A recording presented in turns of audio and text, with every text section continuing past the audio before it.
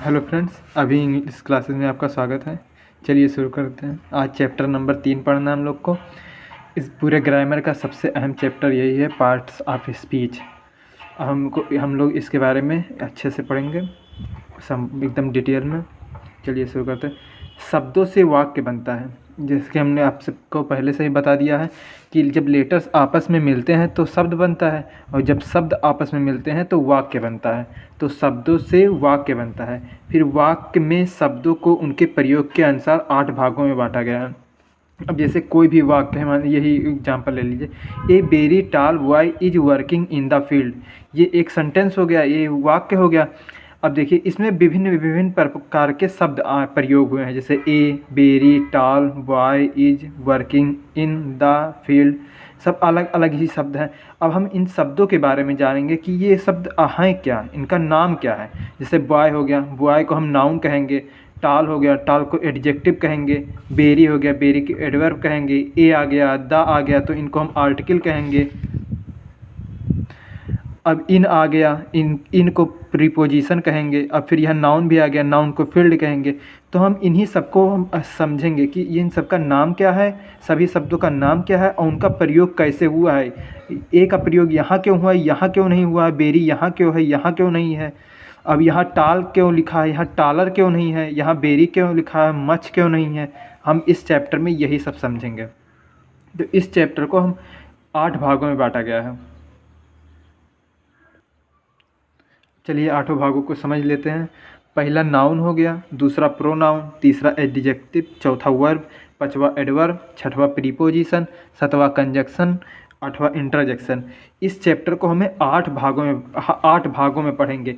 इन सब का एक एक चैप्टर खुद का है, ये खुद बहुत बड़े बड़े चैप्टर है, तो इनको एक एक चैप्टर में पढ़ेंगे। पार्ट्स ऑफ स्पीच, इनको 8 भागों में बांटा गया है। अब देखिए 8 भाग हैं, लेकिन इसमें ये देखिए वाक्य में आर्टिकल भी आया है। ए द, ए एंड द, ये 3 आर्टिकल होते हैं। लेकिन आर्टिकल को इन भागों में शामिल नहीं किया गया है। क्योंकि इसलिए नहीं शामिल किया गया है क्योंकि ए एंड द ये सब एडजेक्टिव का भाग होता है। ये देखिए एडजेक्टिव, ये टाल के पहले, एडजेक्टिव के पहले ही आते हैं। तो इसलिए ए एंड द को हम एडजेक्टिव वाले चैप्टर में ही पढ़ेंगे। इसको अलग चैप्टर नहीं है, ये हम एडजेक्टिव वाले में, एडजेक्टिव चैप्टर में ही इसको पढ़ेंगे। आर्टिकल, डिटर्मिनर्स, ये सब क्या होते हैं। आर्टिकल विथ डिटर्मिनर्स, ये पूरा चैप्टर का नाम है। ये एडजेक्टिव का भाग है, लेकिन हम आर्टिकल को नाउन से पहले नहीं पढ़ेंगे, मतलब लिखा है नाउन से पहले, लेकिन हम इसको एडजेक्टिव वाले चैप्टर में ही आपको पढ़ाएंगे। उसी से मिलता जुलता है, इसलिए हम उसको उसी चैप्टर में पढ़ेंगे। पार्ट ऑफ स्पीच मतलब होता है वाक्य के भाग। इसका हिंदी होता है वाक्य के भाग। इस चैप्टर का नाम है। अब देखिए जैसे एक ये सेंटेंस हो गया, इसके बहुत से भाग हैं, जैसे ए बेरी टाल, ये सब अलग अलग शब्द हैं, तो इसके वाक्य के ये भाग हो गए। तो हम इन्हीं को पढ़ेंगे कि बेरी को क्या कहते हैं। बेरी को एडवर्ब कहते हैं। एडजेक्टिव किसे कहते हैं, टाल, जो विशेषता बताए। ये बॉय की विशेषता ही तो बता रहा है, टाल मतलब लंबा, बॉय लंबा है, तो जो विशेषता बताए उसे एडजेक्टिव कहते हैं। तो हम पूरा एडजेक्टिव पढ़ेंगे, क्या होता है ये सब। फिर ये बॉय नाउन हो गया, ये सब हम पढ़ेंगे। एडजेक्टिव, नाउन, प्रीपोजिशन, ये सब पढ़ेंगे इसी चैप्टर में। फिर देखिए सिंटेक्स। सिंटेक्स किसे कहते हैं, वाक्य में शब्दों को उचित स्थान पर सही रूप में प्रयोग करने को सिंटेक्स कहते हैं। फिर से समझते हैं, वाक्य में शब्दों को उचित स्थान पर, ये आप देखिए जैसे बेरी यहाँ टाल के पहले क्यों लिखा है, क्यों बाद में क्यों नहीं आया टाल के। अब बॉय इज के पहले क्यों लिखा है, इसके इज के बाद क्यों नहीं आया है।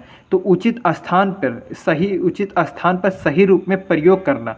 उचित, इस जैसे ये देखिए टाल यहाँ हो गया, ये उसका उचित स्थान हो गया, तो यहाँ पे उसका प्रयोग करना, सही रूप से प्रयोग करना इसका, कि हाँ ये सही, टॉलर नहीं रहेगा, यहाँ टाल ही रहेगा, ये बॉय के पहले रहेगा।